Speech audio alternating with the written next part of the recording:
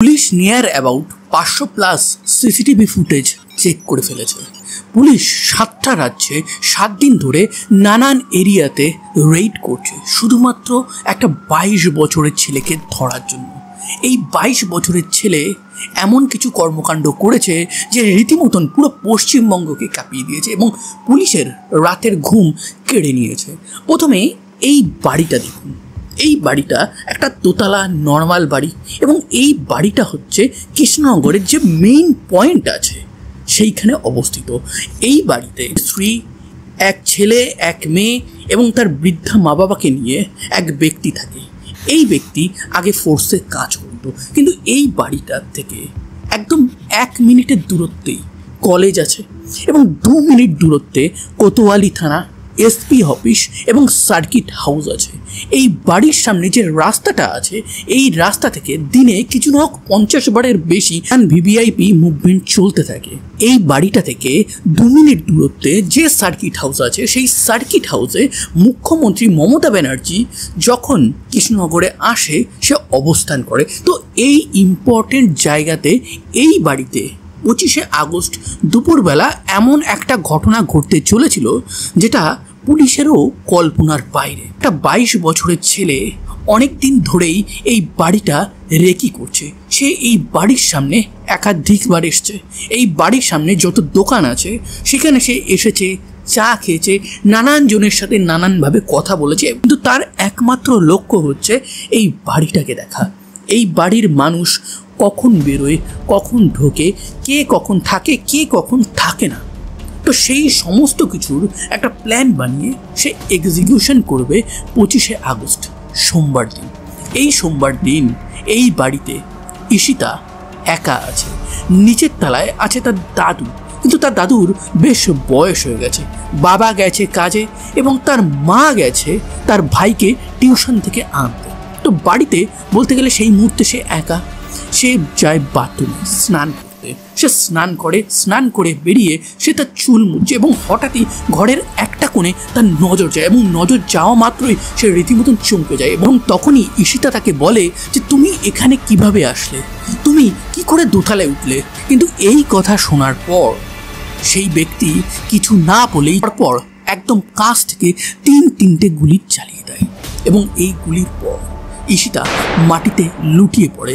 Floor একদম রক্তের রাঙা হয়ে যায়। কিন্তু অদ্ভুত জিনিসটা কি জানেন, এই যে 3টে গুলি চলল আশেপাশের কেউ শুনতে পেল না।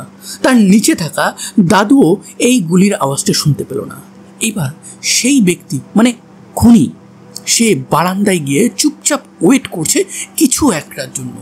সে রাস্তার দিকে দেখছে, রাস্তায় কত মানুষ সেই সময় চলাফেরা করছে। গুলির আওয়াজ কেউ কি শুনতে পেয়েছে? আচ্ছা, ঈশিতার মা আর ভাই কখন আসবে?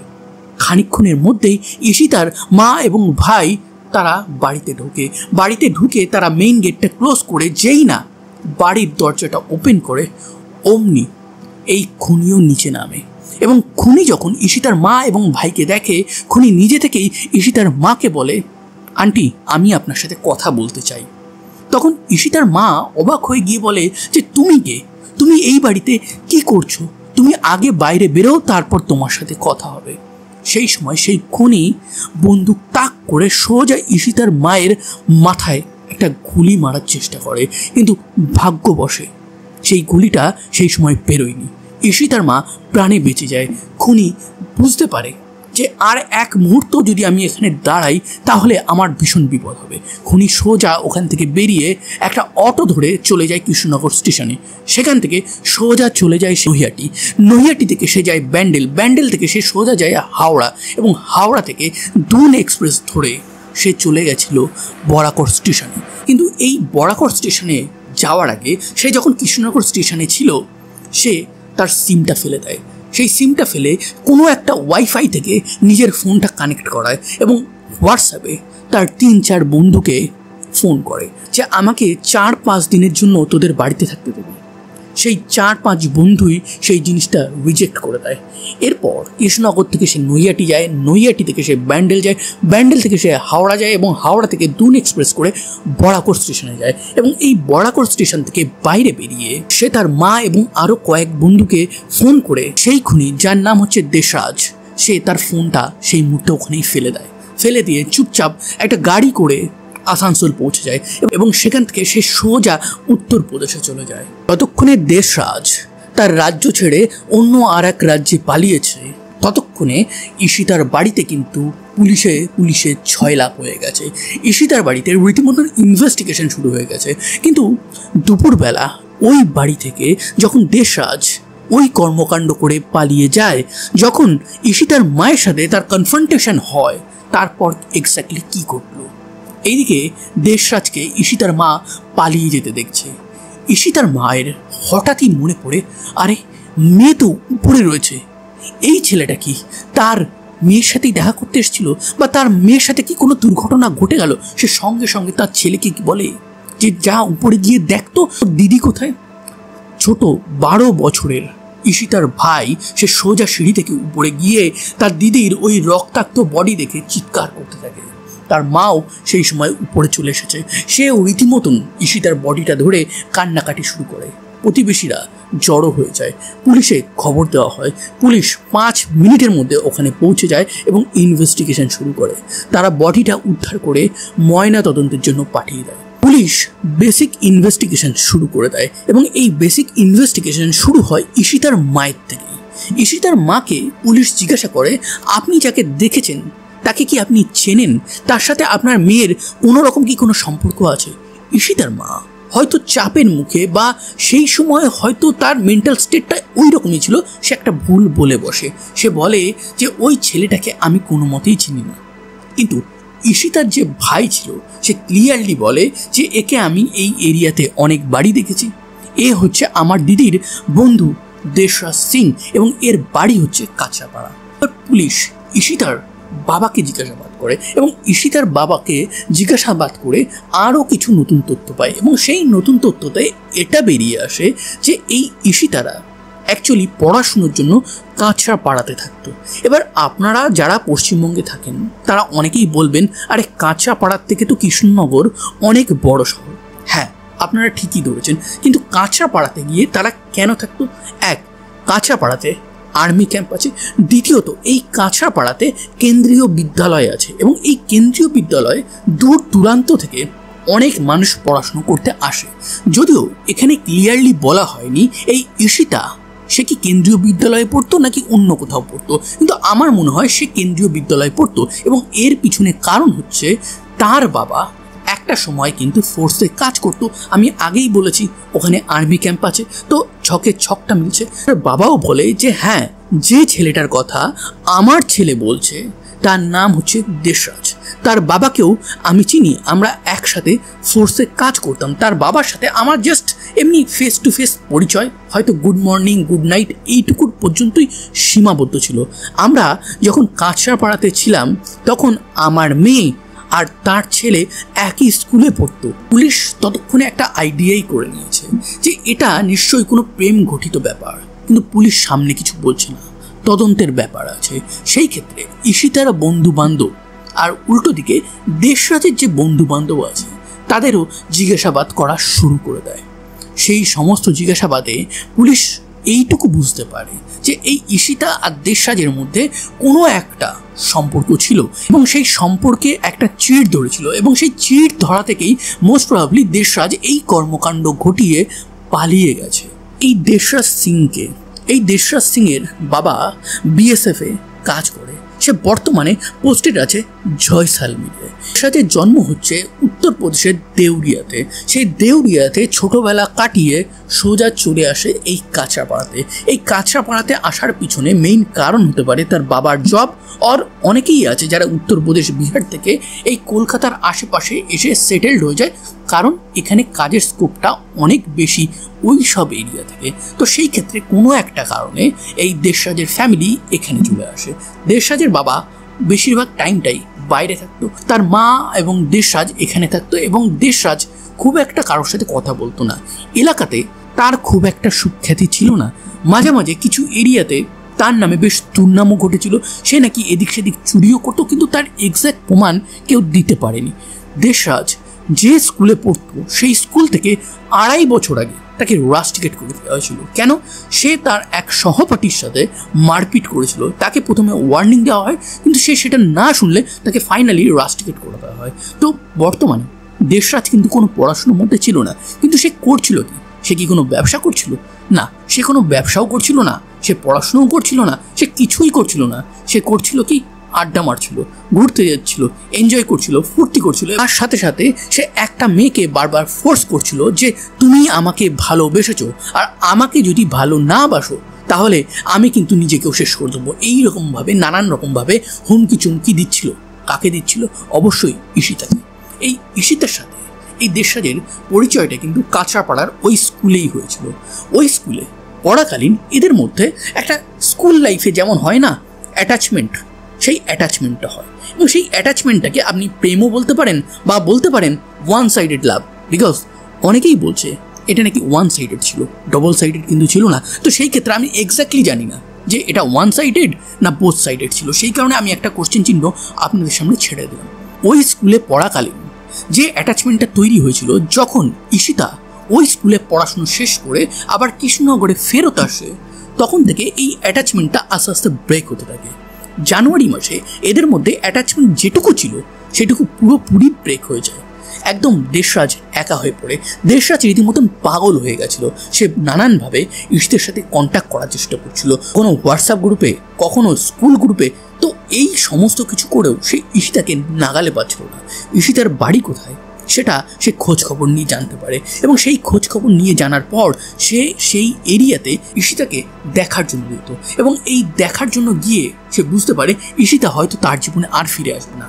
সে বন্ধুদের একটা হোয়াটসঅ্যাপ গ্রুপে একবার একটা বন্দুক নিয়ে ফটো দেয়, এবং ফটো দিয়ে বন্ধুদের সিক্রেটলি বলে যে এটা ঈশিতাকে পাঠিয়ে দেয়, এবং এটা বল যে ঈশিতা যদি আমার ভালোবাসাটা না মানে তাহলে আমি কিন্তু নিজেকেও দি এন্ড করে দিতে পারি।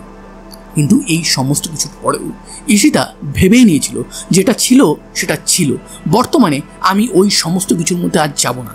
সে একটা গ্রুপ কলে তার বন্ধুদের সামনেই রীতিমতন এই দেশরাজকে বলে দেয় যে আমি তোমার সাথে কোনো সম্পর্কে থাকবো না, এবং এটা খুব একটা বেশি দিন আগের কথা না। এবং তারপর দেশরাজ বলে যে ঠিক আছে, তুমি যখন আমাকে ভালোবাসবে না তাহলে আমি এই রাজ্য ছেড়ে, এই শহর ছেড়ে চলে যাব উত্তরপ্রদেশে আমার গ্রামের বাড়ি, এবং ওখান থেকে আমি আর কোনোদিনও ফিরব না। এটাই ঈশিতা আর দেশরাজের লাস্ট কথার কনভারসেশন, যেটা সাক্ষী আছে তার বন্ধুরা। পুলিশ নিজের তদন্ত শুরু করে, এবং সেই তদন্তের শুরুতেই তারা একটা জিনিসের হেল্প নেয়, সেটা হচ্ছে সিসিটিভি। এই সিসিটিভি দেখে তারা জানতে পারে যে এখান থেকে গাড়ি করে কৃষ্ণনগর স্টেশনে গেছে। এবার কৃষ্ণনগর স্টেশনের যে সিসিটিভি আছে সেটা দেখে তারা জানতে পারে কোনো একটা ট্রেন যেটা শিয়ালদাগামী আছে সেটাতে এই দেশরাজ উঠেছে, এবং সেখান থেকে সে ব্যান্ডেল যায়। ব্যান্ডেল থেকে সে সোজা চলে যায় হাওড়া। হাওড়া থেকে সে ধরে দুন এক্সপ্রেস ধরে সে সোজা পৌঁছে যায় বরাকর। এই সমস্ত কিছু সিসিটিভির মাধ্যমে পুলিশ জানতে পারে। পুলিশ এবার দেশরাজের যে ফ্যামিলি আছে তাদেরকে জিজ্ঞাসাবাদ করে। তার মাকে দেশরাজ ফোন করেছে ওই বরাকর স্টেশন থেকে, তার মা জানায়।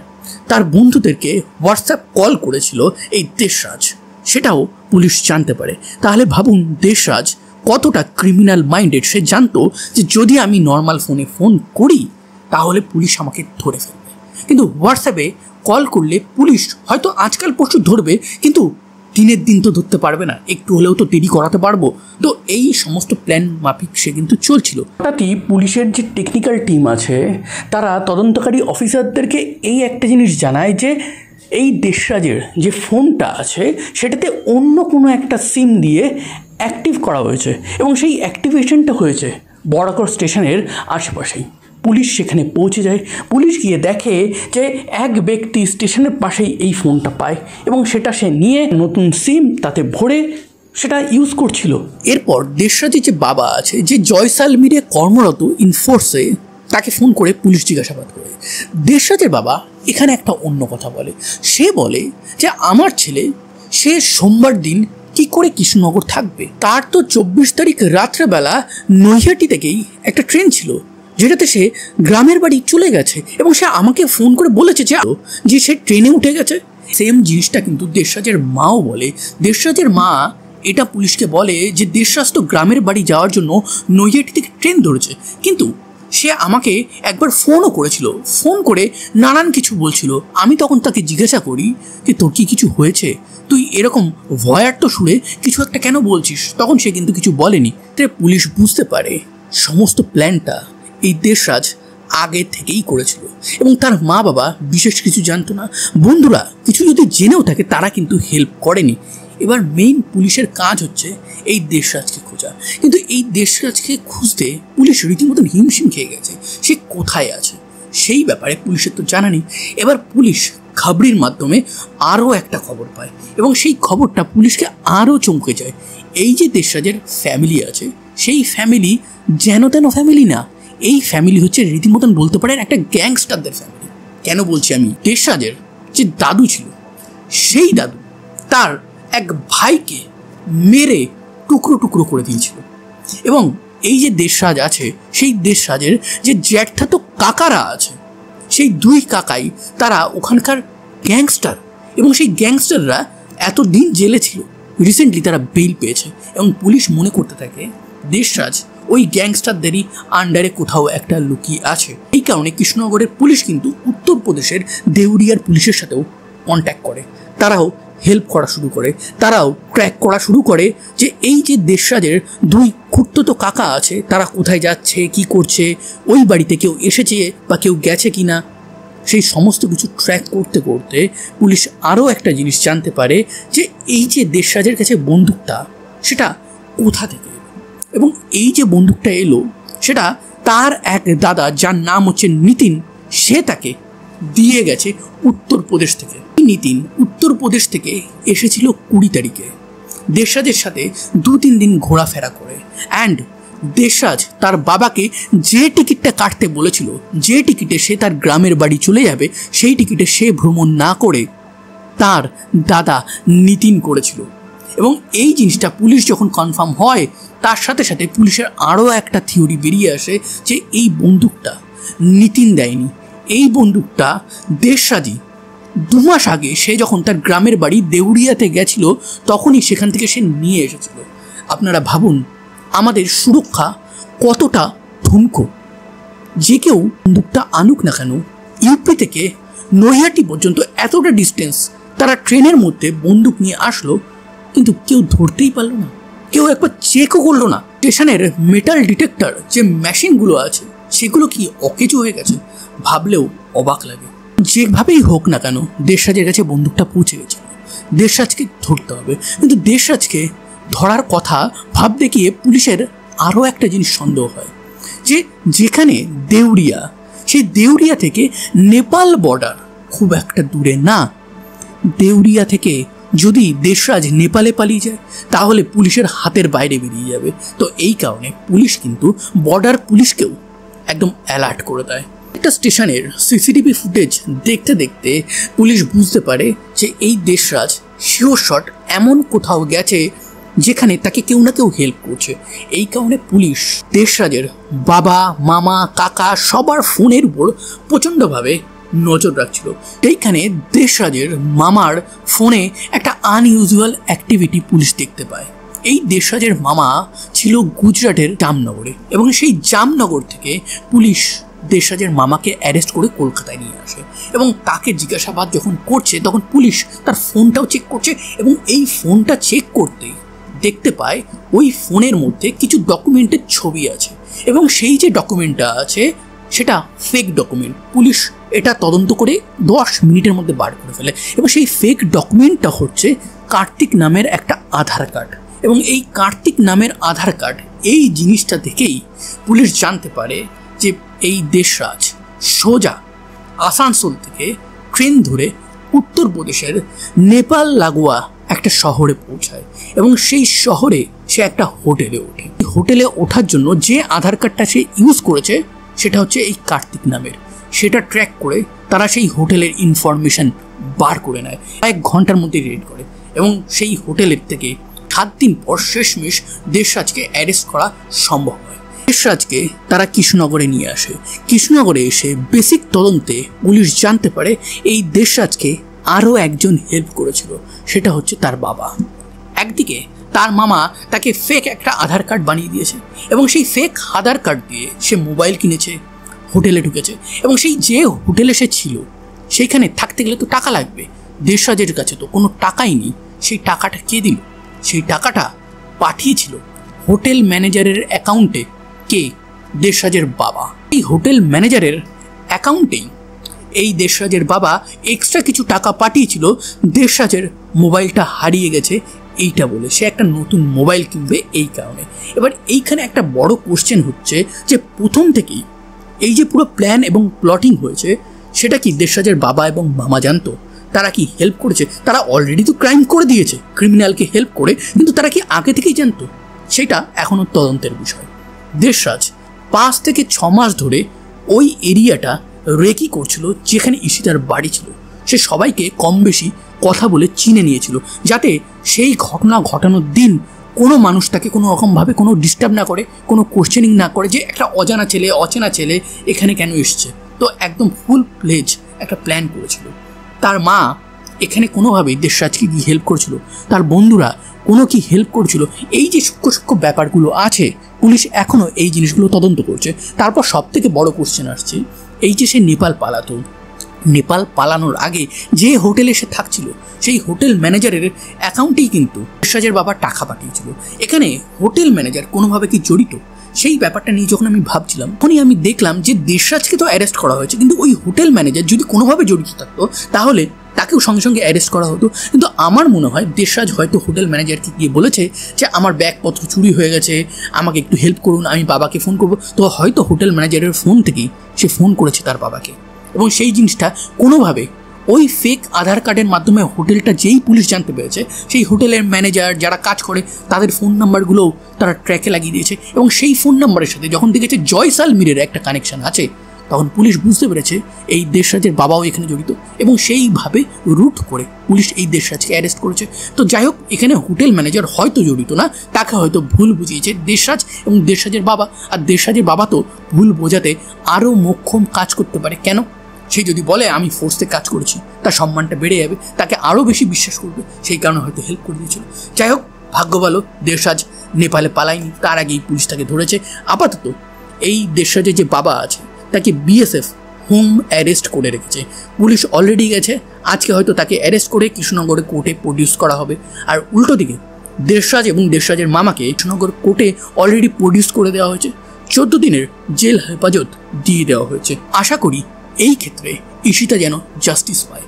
তার বয়স মাত্র 19 বছর ছিল। আজকের একটা ভেরি ইন্টারেস্টিং ট্রু ক্রাইম ঘটনা যেখানে একটা প্রেম একটা রিভেঞ্জ স্টোরিতে পরিণত হয়ে যায়। তো এইরকম রিয়েল লাইফ ট্রু ক্রাইম ঘটনা ইন স্টোরি ফরম্যাটে যদি আপনারা শুনতে চান তাহলে অবশ্যই আমার চ্যানেলটাকে সাবস্ক্রাইব করবেন এবং আজকের ঘটনা যদি আপনাদের প্রভাবিত করে তাহলে একটা লাইক করবেন, কমেন্ট করবেন এবং বন্ধুদের গ্রুপে অবশ্যই শেয়ার করবেন। ধন্যবাদ। আবার দেখা হবে নতুন কোনো এক ভেরি ইন্টারেস্টিং ট্রু ক্রাইম ঘটনার সাথে।